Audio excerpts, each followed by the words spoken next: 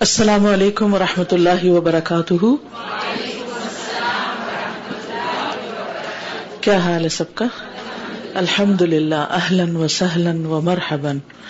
اللہ سبحانہ تعالیٰ سے دعا ہے کہ وہ ہماری اس مجلس کو بہت بابرکت کرے، ہمیں اخلاص عطا کرے اور ہمیں احسن عمل کی توفیق عطا فرمائے، اور ہم جو کچھ بھی کریں اس سے ہمارا مقصود اللہ سبحانہ تعالیٰ کی رضا ہو، علم حاصل کرنا ہو اور پھر اس پر عمل کرنا بھی ہو. اللہ تعالیٰ ہمیں سنت کے بہترین علم اور عمل سے مزین فرما دے.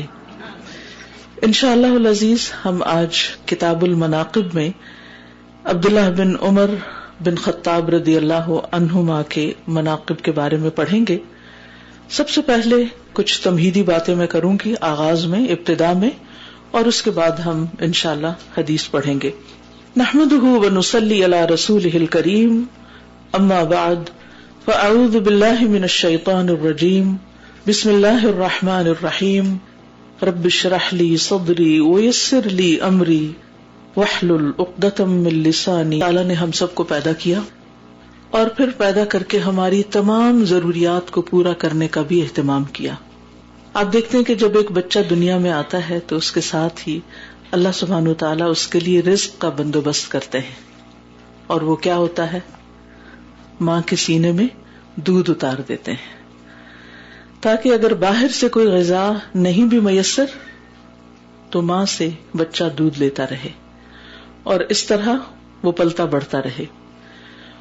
اور جو جو انسان بڑا ہوتا ہے اس کی ضروریات مختلف ہوتی چلی جاتی اور اس کے مطابق اس کو غذا ملتی چلی جاتی ہے.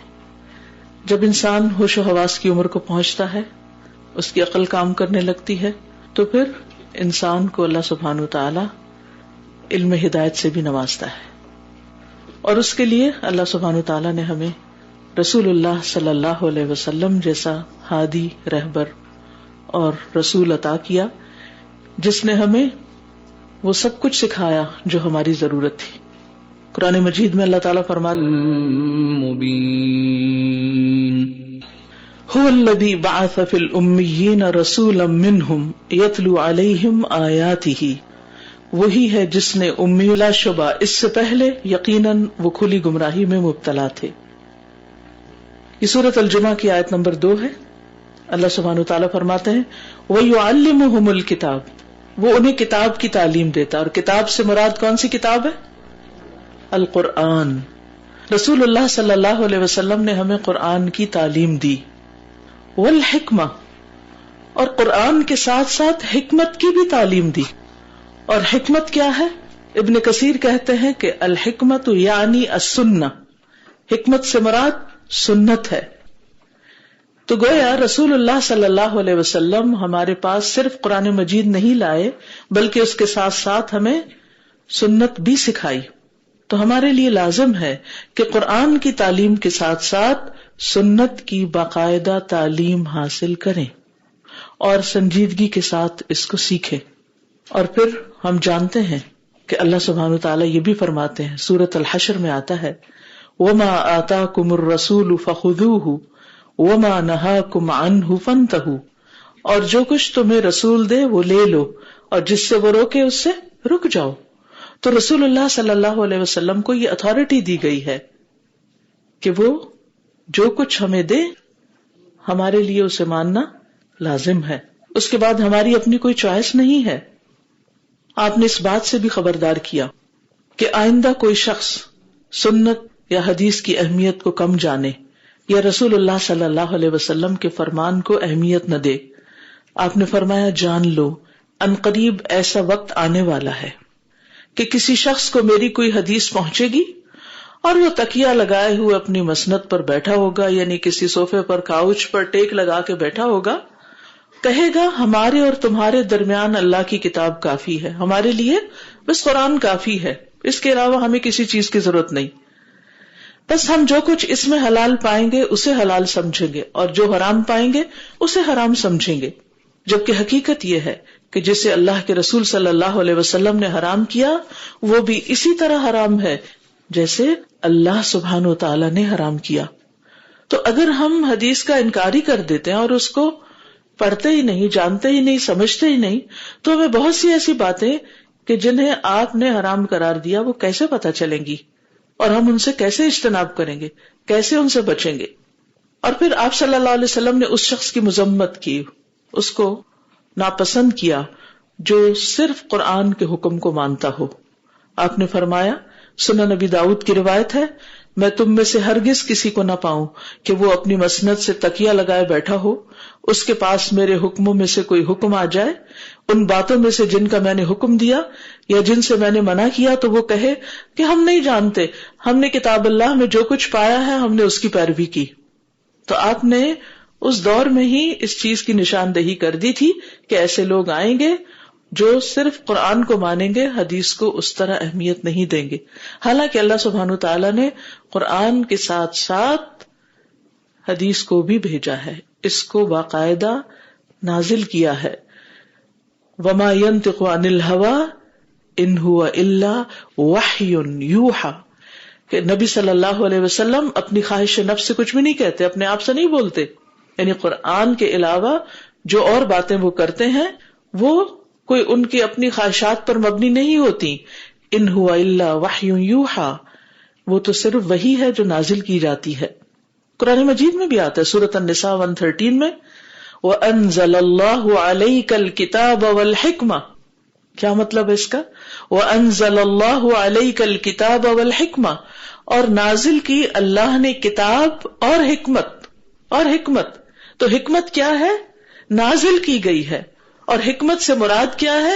سنت، جیسے کہ ابن کثیر رحمہ اللہ نے فرمایا، وَعَلَّمَكَ مَا لَمْ تَكُنْ تَعْلَمْ وَكَانَ فَضْلُ اللَّهِ عَلَيْكَ عَظِيمًا، اللہ نے آپ پر کتاب و حکمت نازل کی ہے اور آپ کو وہ کچھ سکھلا دیا جو آپ نہیں جانتے تھے، یہ آپ پر اللہ کا بہت ہی بڑا فضل ہے۔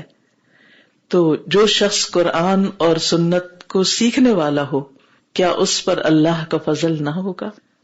تو یہ ہم سب پر بھی اللہ تعالیٰ کی بہت بڑی رحمت ہے کہ اس نے ہمیں اس علم سے نوازا، اس کی توفیق دی کہ آج ہم اپنے گھروں کو چھوڑ کر صبح صبح بھاگتے دوڑتے، گاڑیاں دوڑاتے یہاں پر آ بیٹھیں، اس مجلس میں شرکت کریں، تاکہ ہم جس طرح قرآن مجید کو سیکھ رہے ہیں اسی طرح ساتھ ساتھ سنت رسول صلی اللہ علیہ وسلم کو، اللہ کی طرف سے نازل کردہ حکمت کو بھی سیکھیں، جانیں، تاکہ ہم اپنی زندگیوں کو بہتر بنا سکیں۔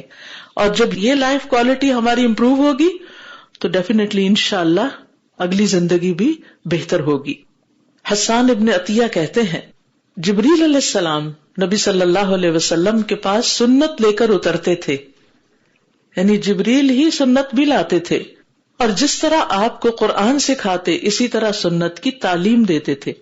تو باقاعدہ آپ کو سنت کی تعلیم دی گئی، تو ہمیں بھی کیا کرنا چاہیے؟ باقاعدہ اس کی تعلیم حاصل کرنی چاہیے، اس کو سیکھنا چاہیے۔ پھر اسی طرح حدیث ہے کیا؟ یہ دراصل قرآن مجید کی تشریح ہے، ایکسپلینیشن ہے، تبیین ہے۔ سورۃ النحل 44 میں آتا ہے، وَأَنزَلْنَا إِلَيْكَ الذِّكْرَ لِتُبَيِّنَ لِلنَّاسِ مَا نُزِّلَ إِلَيْهِمْ وَلَعَلَّهُمْ يَتَفَكَّرُونَ، اور ہم نے آپ کی طرف یہ ذکر اس لیے نازل کیا ہے تاکہ آپ لوگوں کو کھول کر بیان کر دے جو کچھ ان کی طرف اتارا گیا ہے، اور تاکہ وہ غور و فکر کریں۔ تو اس سے یہ پتہ چلتا ہے کہ قرآن مجید کو سمجھنے کے لیے بھی ہمیں حدیث کو سیکھنا، سمجھنا ضروری ہے، کیونکہ قرآن مجید کس پر نازل ہوا؟ نبی صلی اللہ علیہ وسلم پر۔ اس کی وضاحت، شرح، تفسیر سب سے پہلے کس نے کی؟ علمی اور عملی طور پر نبی صلی اللہ علیہ وسلم نے۔ تو حدیث کیا ہے؟ آپ کی باتیں اور آپ کے اعمال اور آپ کے افعال، اسی کا تذکرہ ہے۔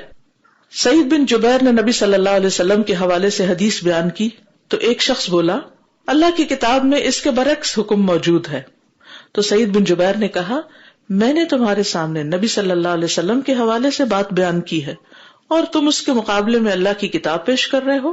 اللہ کے رسول صلی اللہ علیہ وسلم اللہ کی کتاب کے بارے میں تم سے زیادہ علم رکھتے تھے، وہ زیادہ نالجبل تھے۔ تو اس لیے کبھی بھی قرآن اور سنت میں باہم اختلاف نہیں ہوتا۔ یہ الگ بات ہے کہ ہمیں اس کی سمجھ نہیں ہوتی پوری طرح، بات کا صرف ظاہری پہلو دیکھ رہے ہوتے ہیں، اس کا دوسرا رخ نہیں سمجھتے. اور ویسے بھی نبی صلی اللہ علیہ وسلم نے ہم سب کو یہ تاکید کی ہے کہ اگر گمراہی سے بچنا چاہو تو پھر کتاب و سنت کو تھام لو. موطا کی روایت ہے، ترکت فیکم امرین لن تضلوا ما تمسکتم بہما کتاب اللہ و سنت نبیہ. رسول اللہ صلی اللہ علیہ وسلم نے فرمایا، میں تم میں دو چیزیں چھوڑ کر جا رہا ہوں، تم ہرگز گمراہ نہ ہوگے جب تک ان دونوں کو مضبوطی سے تھام کر رکھو گے، ایک اللہ کی کتاب اور دوسرے رسول اللہ صلی اللہ علیہ وسلم کی سنت، نبی کی سنت. تو ہمیں آپ کی حدیث کو پڑھتے ہوئے بھی پوری سنجیدگی اور توجہ اور پوری ذہنی بیداری کے ساتھ اس کو ہمیں سیکھنا ہے، اور اس کو اسی طرح سیکھنا ہے جس طرح ہم قرآن مجید کو باقاعدہ سیکھ رہے ہیں.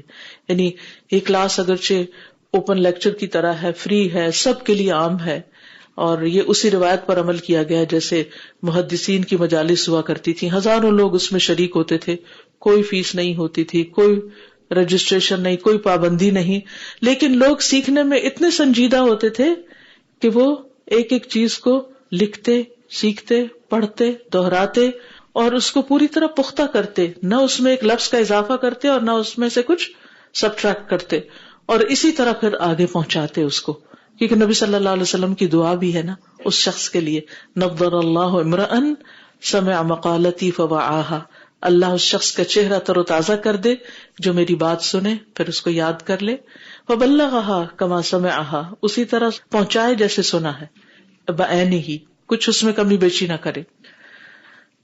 تو ہمیں جس طرح قرآن مجید میں اپنی طرف سے کسی اضافے کی اجازت نہیں، اسی طرح جو حدیث جیسے ہم تک پہنچے اپنی طرف سے اس میں کچھ اور ایڈ کرنے کی اجازت نہیں. ہاں، اس کی وضاحت یا اس کے الفاظ کا ترجمہ وغیرہ کیا جا سکتا ہے.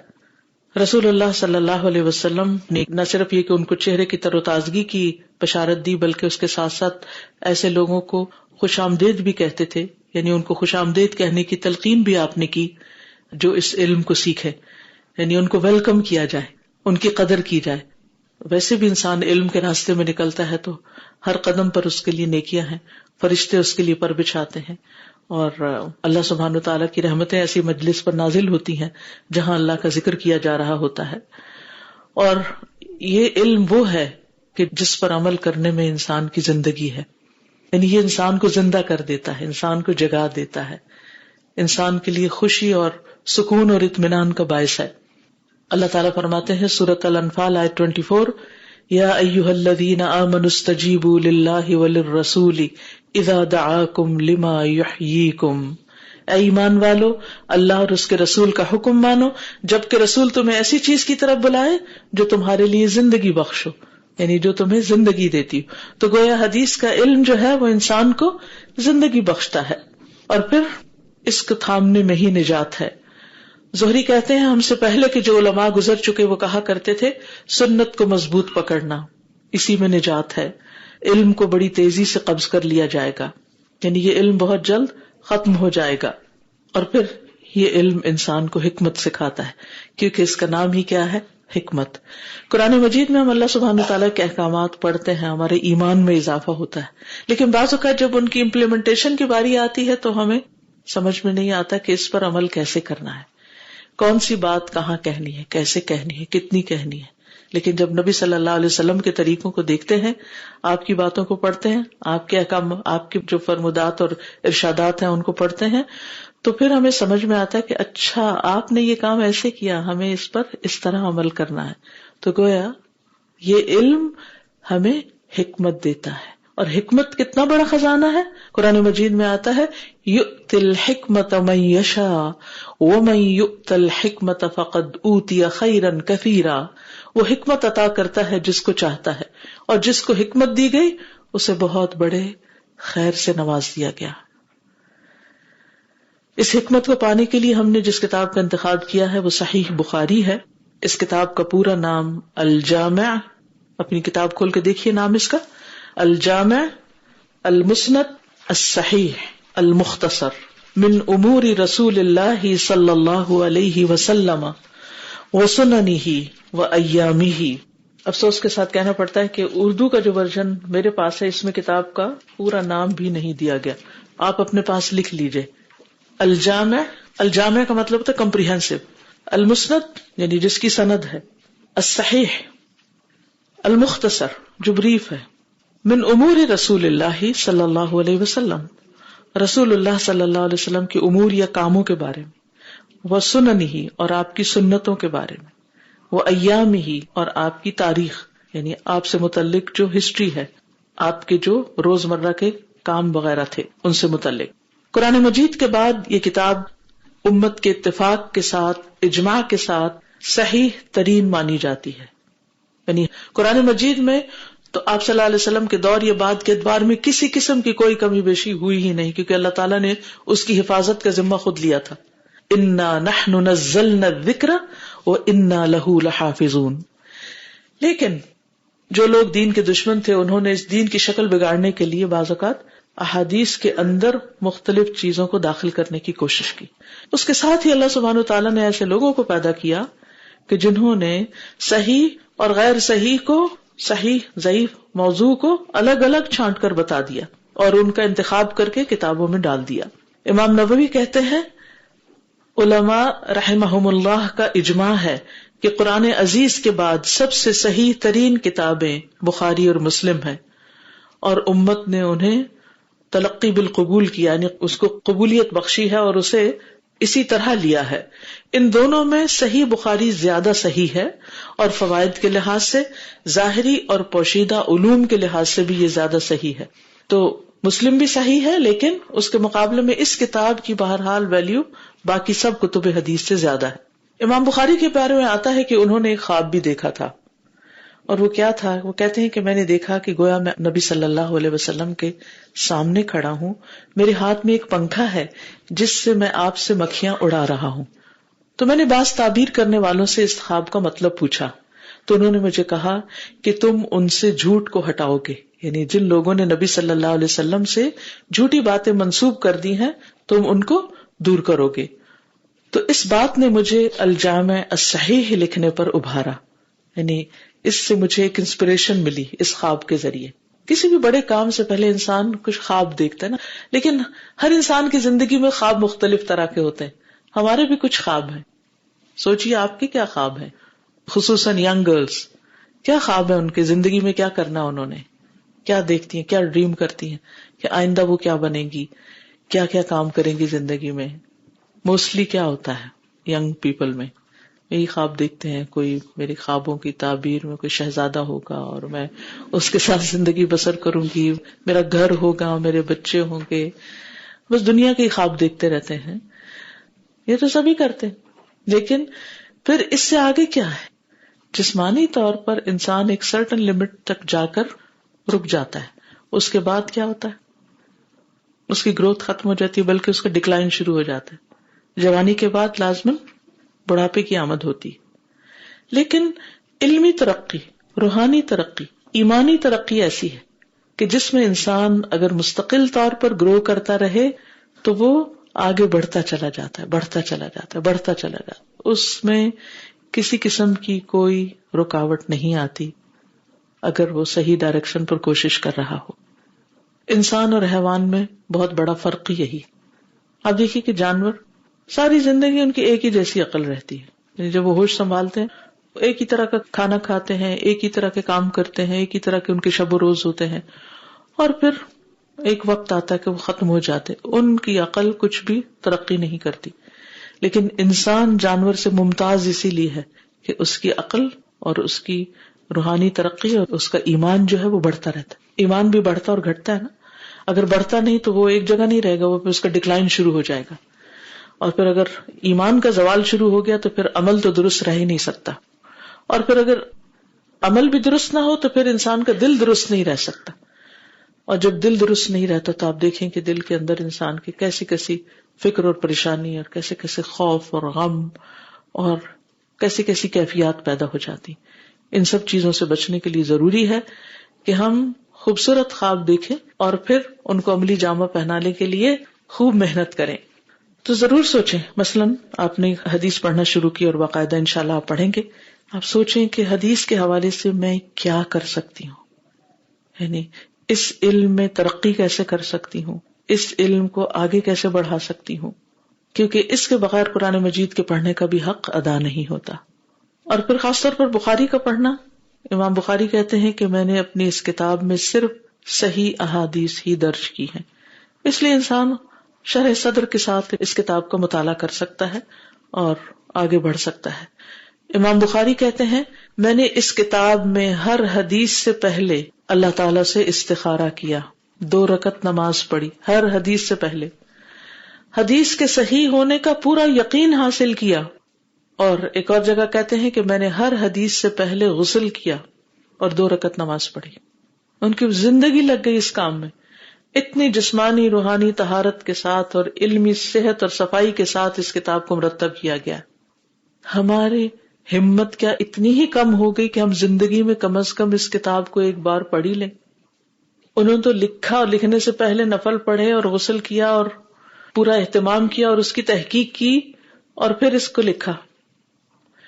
تو جس نے اتنی محنت کر کے اتنے اہتمام کے ساتھ اس کتاب کو لکھا ہے تو اس کے مقابلے میں ہم طالب علموں کا تھوڑی سی قربانی کرنا اس علم کے لیے کہ ہم اپنے گھر چھوڑ کر آ جائیں، تھوڑا سا گاڑی کا پیٹرول خرچ کر لیں، تھوڑا اپنے آرام میں کمی کر لیں، یا اور کوئی بھی قربانی کر لیں جسے ہم بڑی قربانی سمجھ رہے ہیں، تو کچھ بھی نہیں.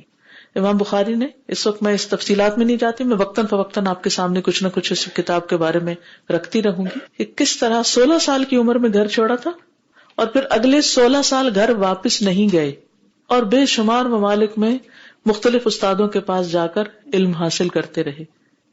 کیا ان کے اندر ایک انسان کا دل نہیں تھا؟ کیا وہ اپنے رشتہ داروں کے لیے، اپنے گھر کے لیے، اپنے وطن کے لیے، اپنے کھانوں کے لیے ان کو شوق نہیں ہوتا تھا؟ لیکن نبی صلی اللہ علیہ وسلم کی حدیث کی خدمت کا شوق ان ساری چیزوں پر غالب آ گیا. آج ہم اپنے دل سے پوچھیں کہ ہمارے شوق اور ہمارے کام اور وہ ساری فکریں، ان پر یہ فکر کتنی غالب آ گئی کہ ہم نبی صلی اللہ علیہ وسلم سے محبت کا جو دعویٰ کرتے ہیں اس دعوے کو سچا کرنے کے لیے کم از کم جو آپ سے صحیح چیزیں ثابت ہیں ان کو صحیح طور پر پڑھ ہی لیں یا ان کے پڑھنے کا حق ہی ادا کر لیں. امام ذہبی کہتے ہیں کہ اللہ ان کو، یعنی امام بخاری کو، اسلام کی طرف سے بہتر بدلہ دے. کیا ہی اچھا ہے جو انہوں نے اپنی آخرت کے لیے ذخیرہ کر لیا ہے. اور ہم بھی اللہ کے فضل سے، اللہ کی رحمت سے اس کام کا جو آغاز کر رہے ہیں یہ بھی ہم اپنی آخرت کے لیے ذخیرہ کر رہے ہیں. دنیا کے لیے تو ہم نے بہت کچھ اکٹھا کر لیا جس کو چھوڑ کر ہی جانا ہے، لیکن آخرت وہ تو چھوڑنے والی نہیں. تو اللہ سبحانہ وتعالی ہمیں ایک ایک لمحے کا اجر ہماری آخرت کے لیے لکھ دے اور اس دنیا میں بھی ہمیں بہترین بھلائیاں نصیب کرے. یہ تو تھا مختصر سا انٹروڈکشن. انشاءاللہ ہم اس کے بعد شروع کریں گے، کتاب کی طرف آئیں گے. اس کتاب کو میں نے 1997 میں پڑھانا شروع کیا تھا اور اس کے تقریباً 12 پارے میں نے پڑھائے تھے. اس کے بعد بریک آ گئی، مجھے پھر کراچی جانا پڑا، کراچی سے کینیڈا آ گئی، کینیڈا سے پھر اسلام آباد. تو ان مختلف طرح کی کمٹمنٹس میں کتاب کو دوبارہ کنٹینیو نہیں کر سکی اور مستقل طور پر میرے ذہن پر ایک بوجھ ہوتا تھا کہ میرا ایک فرض باقی ہے، مجھے یہ کام کر لینا چاہیے. تو اللہ سبحانہ تعالیٰ سے بہت دعائیں بھی کی. تو الحمدللہ پھر اس سال کے شروع میں نے اس کتاب کو دوبارہ 18 سال کے بعد شروع کیا. اللہ کا شکر ہے جس نے زندگی دی اور دوبارہ یہ کام شروع کروا دیا. اور اسی وجہ سے اب میری زندگی کا ایک ہم اور غم اور میرا ایک خواب ہے کہ میں اس کتاب کو صحیح طور پر پڑھا سکوں تاکہ زیادہ سے زیادہ لوگ اس سے فائدہ اٹھا سکیں. تو انشاءاللہ ہم شروع کرتے ہیں